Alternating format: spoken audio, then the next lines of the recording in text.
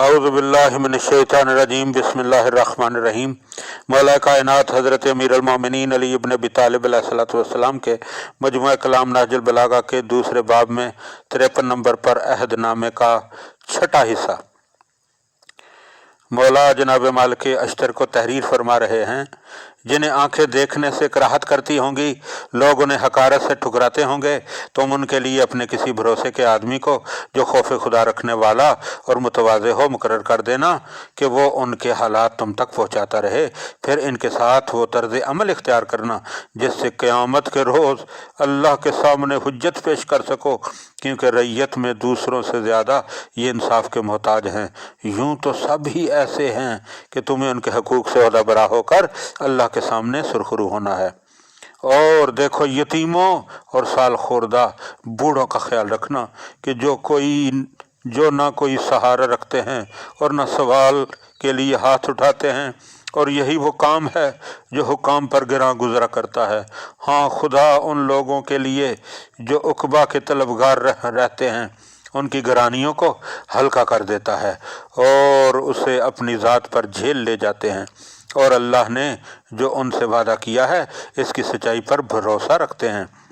और तुम अपने औकात का एक हिस्सा हाजतमंदों के लिए मुअय्यन कर देना, जिसमें सब काम छोड़कर उन्हीं के लिए मखसूस हो जाना और उनके लिए एक आम दरबार करना, और इसमें अपने पैदा करने वाले अल्लाह के लिए तवाज़ो इनकसारी से काम लेना।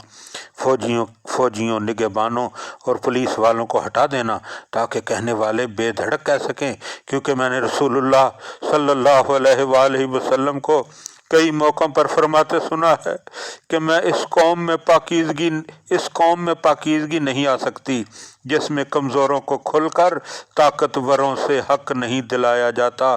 फिर ये कि अगर इनके तेवर बिगड़ें या साफ साफ मतलब न कह सकें तो उसे बर्दाश्त करना और तंग दिली और नखवत को उनके मुकाबले में पास न आने देना।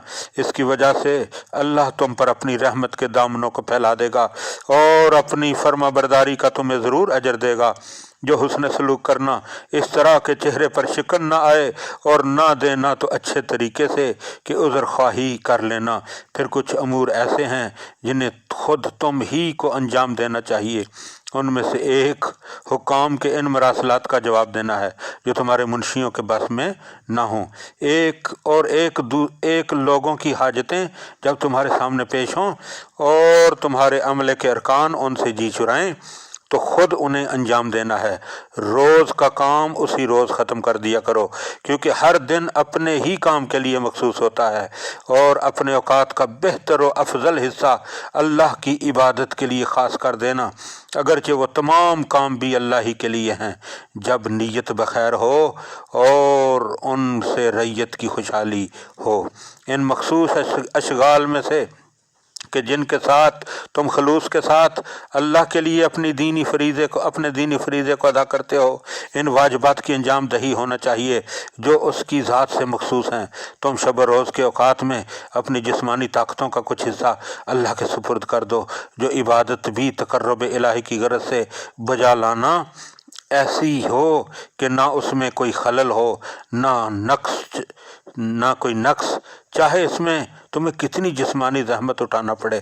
और देखो, जब लोगों को नमाज पढ़ाना तो ऐसी नहीं कि तूल देकर लोगों को बेजार कर दो, न ऐसी मुख्तसर कि नमाज बर्बाद हो जाए, इसलिए कि नमाजियों में बीमार भी होते हैं और ऐसे भी जिन्हें कोई ज़रूरत दरपेश होती है।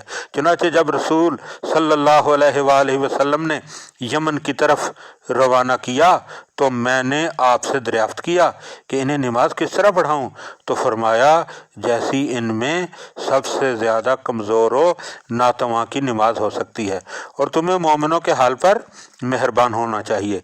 इसके बाद ये ख्याल रहे कि रियाया से अरसा तक रूपोशी इख्तियार न करना, क्योंकि हुक्मरानों का रियाया से छुप कर रहना एक तरह की तंग दिली और मामलात से बेखबर रहने का सबब है, और ये रूपोशी उन्हें भी इन अमूर पर मुतले होने से रोकती है कि जिनसे वो नावाकिफ़ हैं, जिसकी वजह से बड़ी चीज़ इनकी निगाह में छोटी और छोटी चीज़ बड़ी, अच्छाई बुराई और बुराई अच्छाई हो जाया करती है। हक बातिल के साथ मिलजुल जाता है और हुक्मरान भी आखिर ऐसा ही बशर होता है जो नावाकिफ रहेगा इन मामलात से जो लोग इससे पोशीदा करें। और हक की पेशानी पर कोई निशान नहीं हुआ करते जिसके ज़रिए झूठ से सच की कस्मों को अलग करके पहचान लिया जाए। और फिर तुम दो ही तरह के आदमी हो सकते हो, या तो तुम ऐसे हो कि तुम्हारा नफ्स हक की अदायगी के लिए आमादा है, तो फिर वाजिब हकूक़ अदा करने और अच्छे काम कर गुजरने से मुंह छुपाने की ज़रूरत क्या है। और या तुम ऐसे लोगों को तुमसे कोरा जवाब ही मिलता है, तो जब लोग तुम्हारी अता से मायूस हो जाएंगे तो खुद ही बहुत जल्द तुमसे मांगना छोड़ देंगे। फिर ये लोगों की अक्सर ज़रूरतें ऐसी होंगी जिनसे तुम्हारी जेब पर कोई भार नहीं पड़ता, जैसे किसी के जुल्म की शिकायत या किसी मामला में इंसाफ का मुतालबा।